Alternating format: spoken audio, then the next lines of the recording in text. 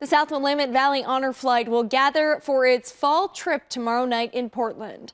Then the nearly 60 military veterans will make their way to Washington, D.C. on Friday for a trip of their lifetimes. KVAL's Brandon Kamerman and Lauren Rourke will be along for the trip to document that experience and tell their stories. But tonight, Brandon's coverage begins with a story of one veteran who will be with this group in spirit. Edward James Nease is his complete name.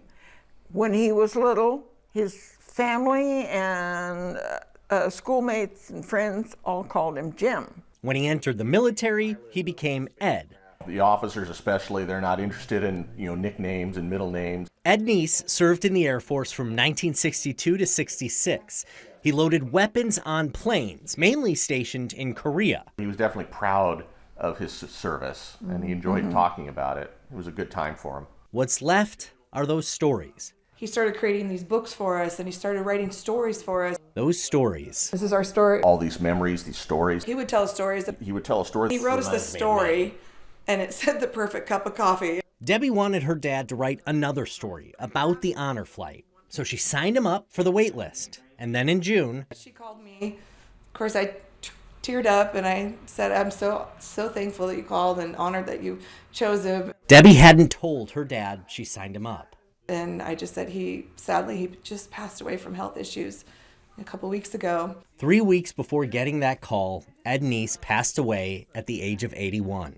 Oh, he would have been so proud.